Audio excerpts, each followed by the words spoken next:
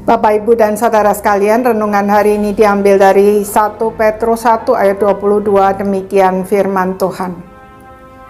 Karena kamu telah menyucikan dirimu oleh ketaatan kepada kebenaran, sehingga kamu dapat mengamalkan kasih persaudaraan yang tulus ikhlas.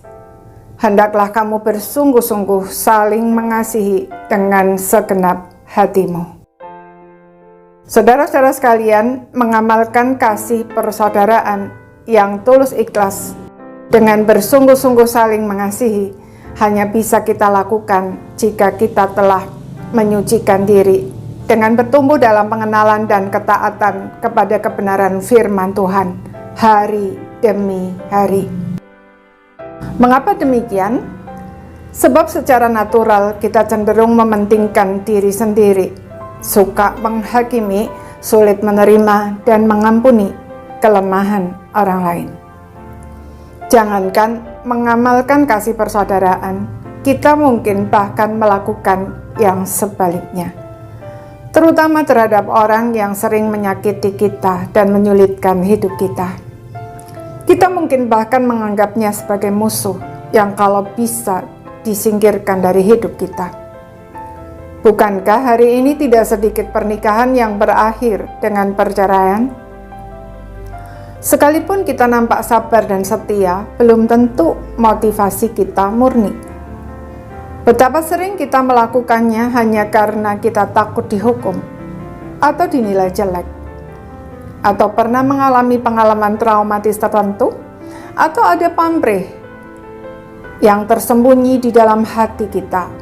Sekalipun terkadang semua itu kita lakukan di luar kesadaran kita, karena sudah menjadi kebiasaan yang banyak orang juga melakukannya. Sebagai contoh, di dalam Perjanjian Lama ada kisah tentang Raja Daud, seorang yang begitu dekat dengan Tuhan, tetapi bisa memperlakukan Uria, prajuritnya yang penuh dedikasi dan sangat setia itu dengan sangat buruk, yaitu mengambil istrinya dan membunuhnya. Bahkan sebelum ditegur oleh Nabi Nathan, Daud tidak merasa bersalah, sebab semua raja pada zaman itu juga melakukan hal yang sama. Selain itu, kita semua berbeda dalam banyak hal, sehingga seringkali kita tidak dapat menghindar dari konflik. Hanya oleh kemurahan Allah yang telah melahirbarukan kita mendapat benih ilahi yang di dalamnya tersimpan kuasa kasih Allah. Namun kita juga harus melakukan bagian kita, yaitu menerapkan kebenaran firman Tuhan dalam semua relasi kita. Sesungguhnya, orang-orang yang dikirim Tuhan masuk ke dalam kehidupan kita dengan keunikan pribadi masing-masing adalah sarana untuk kita berlatih mengamalkan kasih persaudaraan.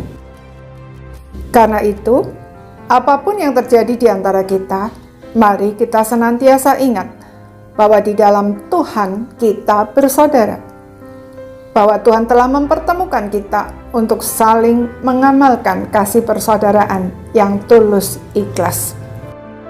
Mari kita rawat persaudaraan kita dengan senantiasa menerapkan kebenaran firman Tuhan dalam setiap situasi dan kondisi dari relasi-relasi kita. Amin.